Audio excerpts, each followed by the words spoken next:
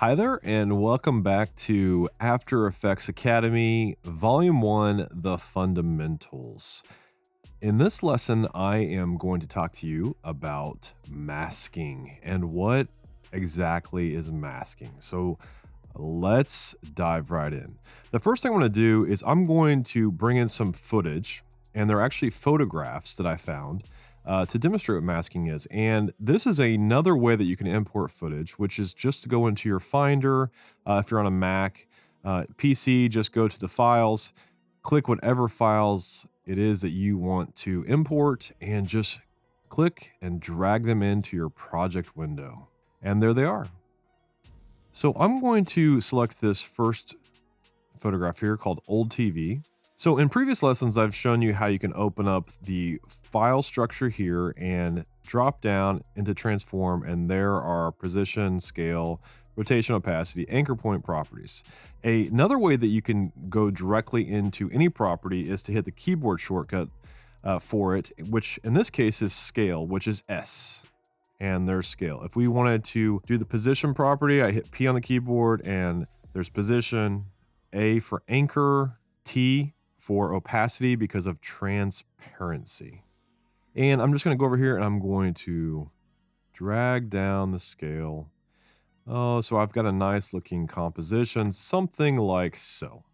Okay, now that I've got a nice looking composition in my window here, I'm going to go to the tool panel and I'm going to select the pen tool. And the pen tool is how we can make masks.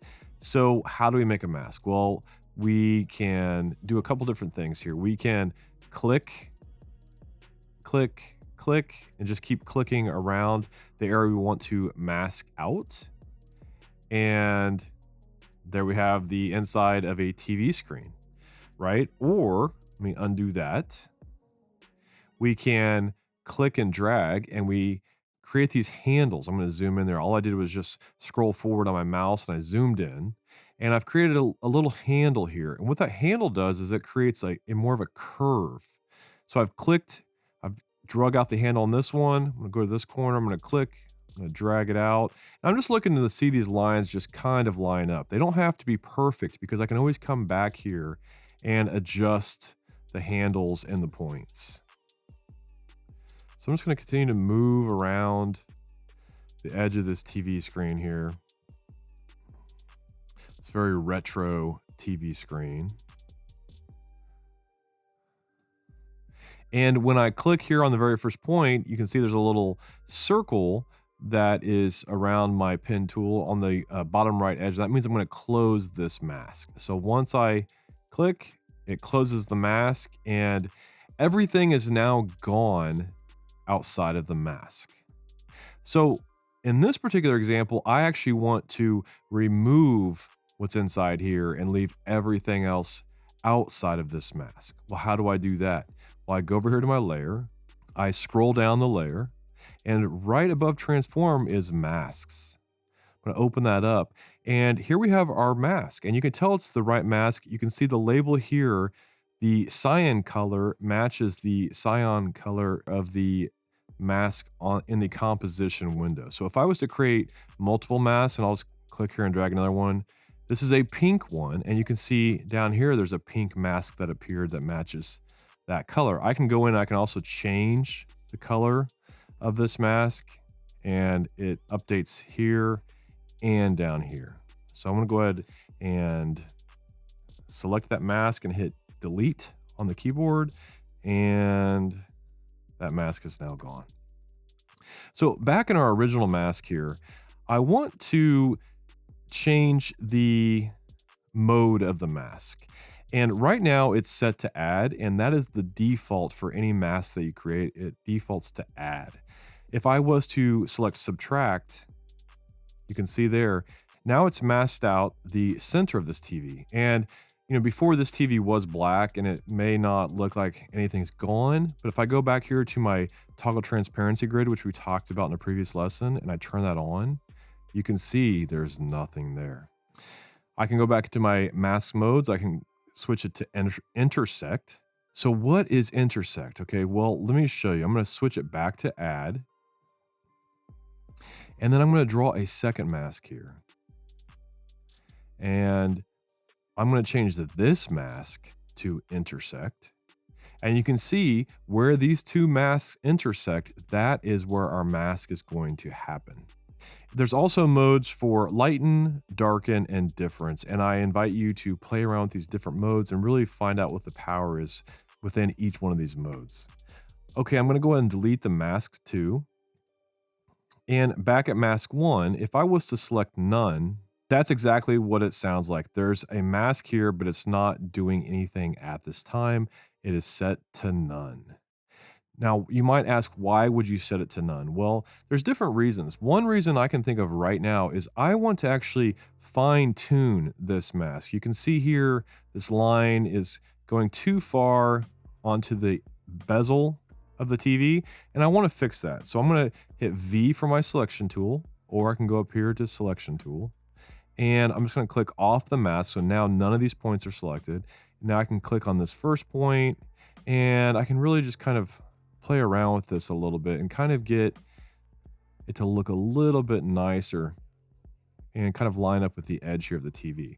Now, if this mask was set to something like subtract, it's much more difficult now to really know where is the edge that I need to be following, right? So by setting this to none, nothing is removed and I can easily adjust my mask. And then once it's adjusted, go back into a mode of add, subtract, intersect, lighten, darken, that kind of thing.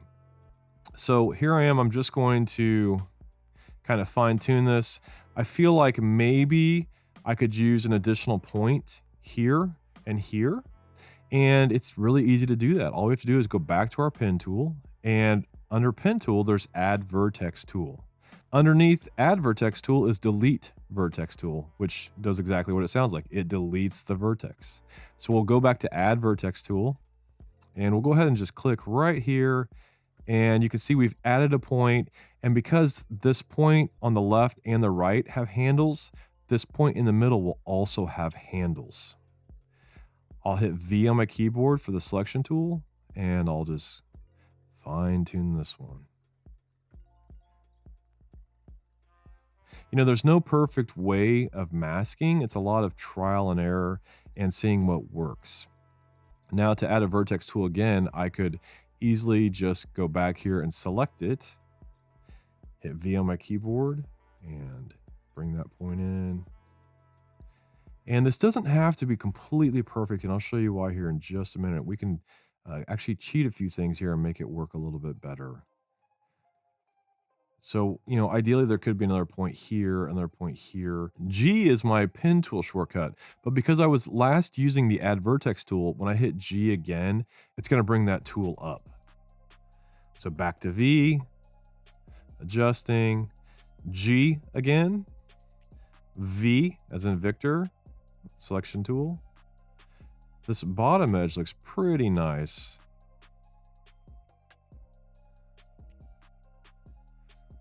And I think I'm going to drag this down here just like that. The only issue I'm having now is just right here on this edge right here. So I'm going to hit G, V. Cool. So now we have a nice looking mask. And if I set this back to subtract, there we go. There's a mask that's subtracting this part of the TV. So what do I want to put back here? Well, that's why I brought in this tree image here, and I'm just going to drag it into my timeline. I'm going to bring it in here, and I'm going to make sure it's placed behind or underneath the TV. If it was on top of the TV, like so, it takes up the entire frame, and that's not what we want. So now it's behind there, and at this point, I could twirl open my properties, like transform. I could scale it, and you can see the bounding box here, these purple points. These are the bounding box points for the image, so I know how much of the image, like right here, it's right at the very edge of the top of the image. If I scale it just a little bit more, we're going to start seeing, yeah, so we don't want to see that. So I've scaled it there. I'm going to hit V on the keyboard. I'm going to drag and kind of reposition this. And there we go. There's our image inside of the TV. This could easily be something like footage. or an image or text, whatever it is. Now, the next thing I want to talk about with masking is feathering. And you can see right now, if you look at the edge of this TV, it looks a little bit too crisp and clean. It doesn't have that feather that helps blend this image, that makes it look believable like it's inside of the TV. So how do we do that? I'm gonna go ahead and lock that tree in the background. I'm gonna go back to the old TV, and an easy way to do that is just to select feather here, and I can just start feather. I can, increase this amount, and you're gonna see if I increase it too much, you can see now like the edge of the background image is starting to show through here, right? And same down here because there's a large feather of this mask going on. So if I was to bring it back down, it doesn't need to be a lot. Probably maybe 10 pixels. It's a little bit too much. I can still see the background image bleeding through the TV there, so maybe 5 pixels. That's not bad. So that's with feather, and then if I'm gonna hit 0, that's without feather. I'm actually gonna go ahead and turn off this toggle mask visibility, which we talked about in the composition panel icon video. So I'll turn that off, and I'll increase this back to 5, and you can see, I'm looking right here, you can see the nice little softness there going on. Maybe it's 7. That's not bad. It might be just 1 pixel too much. Next, we have mask opacity. And if for some reason we didn't want this mask to be 100% transparent, to remove 100% of this, we could, decrease this to something like 50%, and it's going to decrease the transparency of the overall image. And then we have mask expansion. So if I needed to decrease the shape of this mask or increase the shape, I could go negative, and that's just going to keep the same shape I created, but it's just decreasing. It's expanding inwards. And then I could do the same opposite. I could expand outwards just like this. So there are times that you need to use those. All of these properties here are keyframeable, just like we talked about for scale and position and things like that. Okay, so I'm gonna go ahead and close that layer. I'm gonna turn it off so we can't see it. And then I brought in a second image here, which is a little bit more complicated. I'm gonna hit S for scale. I'm gonna scale this one down as well. And this one's a little more complicated because we have to mask out a blurred TV in the background and then this young boy who's staring at the TV. So how would we do that? Well, I want to show you a couple things really quickly. So if I was to, let's just make a very simple rectangular mask here. And we'll go ahead and turn off that background image so it doesn't throw us off. And here's another shortcut, M for mask. And there's our mask. Okay, so we've defaulted to add. One other quick thing I want to show you is if I hit inverted, it's essentially the same as subtract. Instead of having to go here and switch to subtract, it's they've made a little button here where you can just hit inverted and it immediately subtracts, and it's just, it saves you a second or two by clicking that button, which I use all the time. So, okay, so let's set this to none.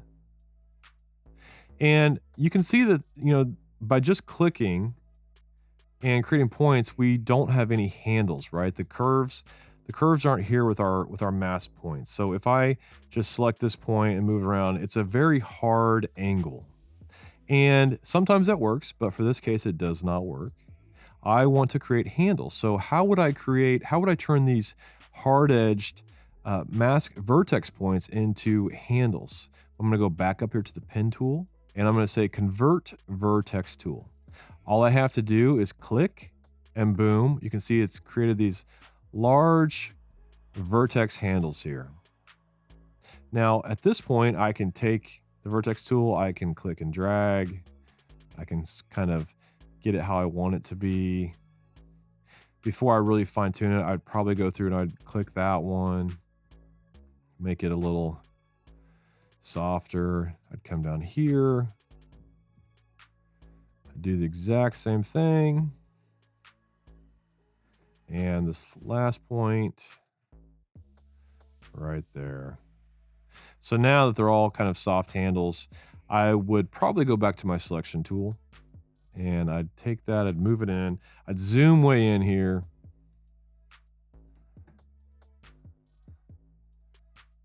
I'm actually going to change these up a little bit here. I'm going to hit G for my pen tool. And if I hit G again, you're going to see up here, it's going to cycle through. And I hit G, and I am not actually on the add vertex tool, but because I'm hovering over a mask that's already here, it's going to create that little plus icon. So I can click, and there it is. There I've added a vertex. And this is essentially known as roto, where we take something and we just start masking it and erasing things and things like that. So now I've got this mask. If I turn it back to add with the invert, there it is. It looks very funky because now all of a sudden the kid is cut off, right? So we'll come in and we'll fix that. So before we do that though, I want to bring this tree back in here, and I'm going to hit S for scale. I'm going to increase the scale. Go over here, I'm going to move it around here. And immediately I see I need some feathered edges, right? So let me show you another way that we can feather these edges. And that's again under the pen tool. It's the last part of the pen tool. It's called the mask feather tool. So with my mask feather tool, I'm going to make sure that my mask is selected here. And I'm just going to come in here and just click and create a point. And I'm just going to create a very soft mask. You can see that this edge all the way around here is creating the nice feather. And this is a way to get a little bit more detail in our masks. And I can click and add additional masks whenever you see the plus sign pop up. There we go. So now I'm going to create a mask that kind of comes inwards. I don't know, something like that. You get the idea. Now, if I turn this mask back off, immediately you can see this image that was originally on the TV is very out of focus, very blurred. And if we turn it back to on, let's add, our new image is very in focus and looks very strange. So to fix that, we'll select the background image, we'll go to effect, we'll go to blur and sharpen, and we'll do a fast box blur. There's many blurs that can do this. And I'm just going to kind of feather it. And there we go. Works for me. So now to kind of fix this image and bring the kid back in, what I would do is I would go back to my original image, to the mask, and I would create a second mask now that goes around his ears, his head, down here to his neck, and I would overlap this original mask. So let's do that just very quickly. Go back into my pen tool here. So I'm going to go ahead and speed this part up. And doing this, I would probably zoom in, quite a bit. And I'm just clicking and dragging, clicking and dragging. Like I said, it doesn't have to be perfect. I try to get it pretty darn close when I'm making this. But I can always go back and, adjust points at any point afterwards. Okay, so we've got our last point here, and I'm just going to go over here, and the circle appears, and I'm going to close that mask. I'm going to hit Command minus on my keyboard, and that's how I can also zoom out, or Command plus, and I'm zooming right back in. You can also use the magnifying the zoom tool over here if you choose to do that. Okay, so there we are. I'm going to open up F on the keyboard, and that opens up feather. And I'm just going to feather it just ever so slightly, maybe a 6. And this first one had a 6. Maybe it's a 4. Like I said, it's not a perfect mask, but it works for this. And let's see what else here. So I want to turn my first mask back to add. And there we go. So again, like I said, not the most perfect mask. You can see here this white halo that's happening, which doesn't look very good.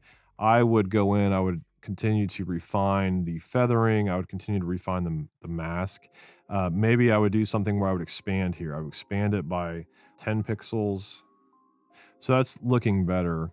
And then on the boy, his mask, I would actually, and you can always, hit return and say, this is boy head. So I know which mask this is. I could do a negative expansion. Let's say -10, and it kind of tightens it in on him as well. Okay, so let's just pretend that this is actually footage of this young man in front of the TV. So if it was footage and we were actually doing roto, it's really simple to actually set a keyframe for the path of both of these, move forward in space, set new keyframes for, just all you have to do is actually just select each of these points. This is for demonstration purposes only, but I'm moving the points because his head's moving, his neck's turning, and these mask points, the vertices keyframe. So very easy to do roto with masks inside of After Effects.